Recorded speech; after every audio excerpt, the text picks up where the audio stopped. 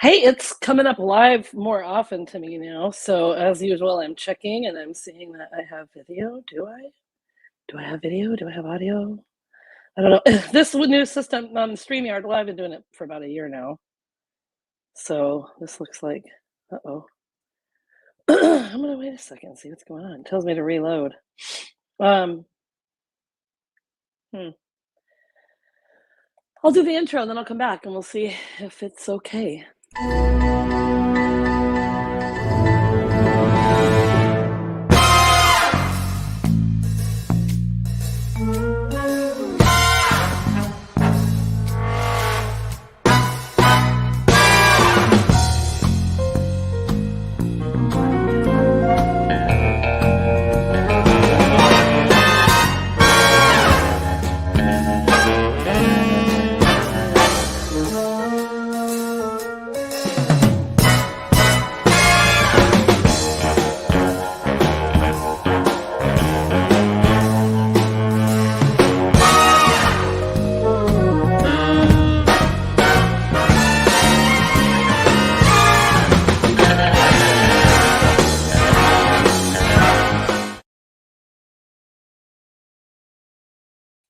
I accidentally did the long one. If you guys are watching, can you tell me if you're seeing it? I had to turn my phone off. I know that this is like every time, but this is the difficulty of me just doing this by myself. But I thought tonight maybe we could just talk about tonight's topic because there's just like, especially during the holidays and stuff, it just seems, speaking up or holding your tongue. Should you always hold your tongue? No. I mean, there's times. It's just, I'm going through a lot of stuff lately, and it's been, sorry, really hard because the food issue thing is a big deal. Um, and there's a lot of people that are callous about it, I guess I would say. So, if those of you that are watching, because I don't know who's watching, if you could comment and tell me if you can hear me. I did turn my phone off, that you can see and hear me, or if it's just something happening on my phone, I'll just do it anyway, and then we'll see what happens. you know, because now nothing's coming through. What? Uh oh. No, no, no. See, Bluetooth is supposed to be off here. All right, I'm having a bit of tough technical difficulties. Is are my Can you hear me? Can you see me? Sorry. Um I don't like having to do this like myself here. All right, hopefully okay, I'm getting a comment. Love you, can hear you. Yay, Julie Bridge. Julie, I haven't talked to you in forever. Okay, good. I'm glad that that didn't have a snafu then. So this is a really big topic because um it's unless you're being funny or something and you know that it's a light situation, it's really hard. People have lots of conflicting opinions on this and advice on this.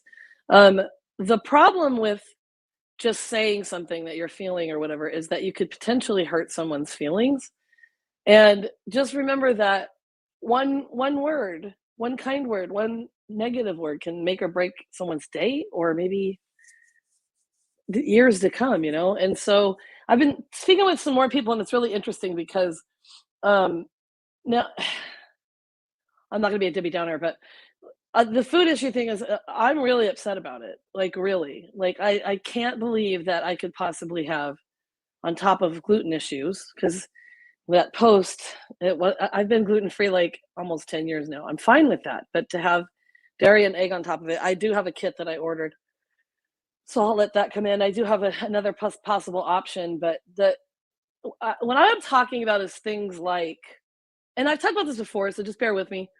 You know, I'm not the end all be all. I'm not the final say in matters, but um, it's really hard to go eat in restaurants with people. So how I'm feeling about this is super isolated, and I've been feeling isolated for a while. But to add all these other ones, it's just really heavy and it's depressing and it's been hard. And then people are like, well, you could just eat a salad.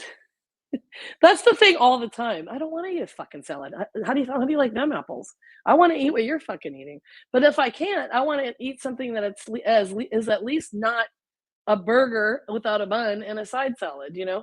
And so I was speaking with some other people, and there's a girl that I was speaking with, and she's a vegan, and then there's people that say insensitive things like, "Well, why don't you just eat meat?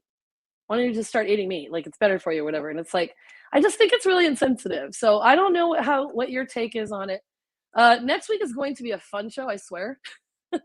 I'd like to do a game with some people, so we'll talk about that. But I got from this website right here 3 questions to determine if you should speak up or shut up. Okay, so ask yourself these 3 questions. All right, does this directly involve me?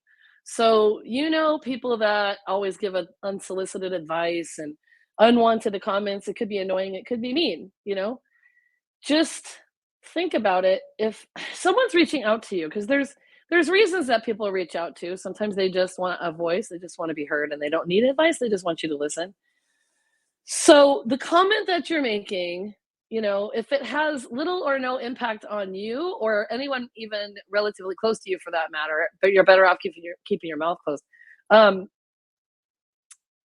the other thing is number 2, do I have something valuable to contribute? So you should have a purpose because you have something of value to add. Okay, so if that's the case, you know that's the deal. I wrote myself a little note. Now, telling jokes and lightening the mood are a whole different matter, but you still need to judge the room. So, um, it really just comes down to think before you speak, because I think, especially in this day and times, it this is what it comes down to. And in my head, this includes the keyboard warrior stuff. Like, don't just automatically have a knee jerk response. That's what I've talked about before, to a post, and then just be boom, boom, boom, and vomiting stuff all over the place. Okay, so Julie says TV totally feel you been on an elimination protocol for 6 months.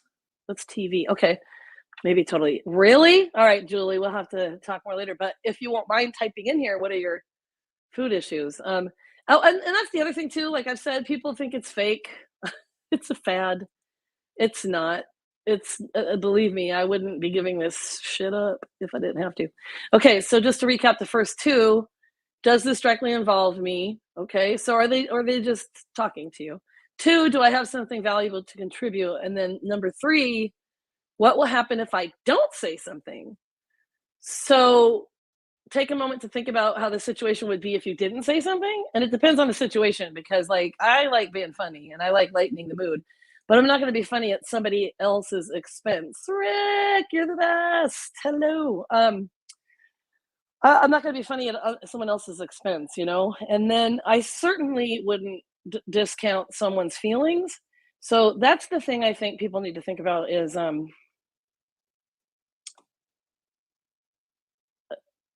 maybe how it's going to affect them. How do you think this could potentially affect the person that you're talking to? Not everybody can do that. Not everybody can put themselves in other people's shoes and whatnot.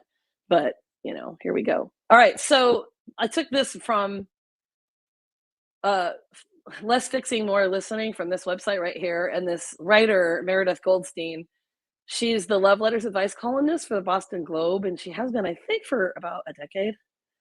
And she says, when someone asks for advice, how do you do it safely?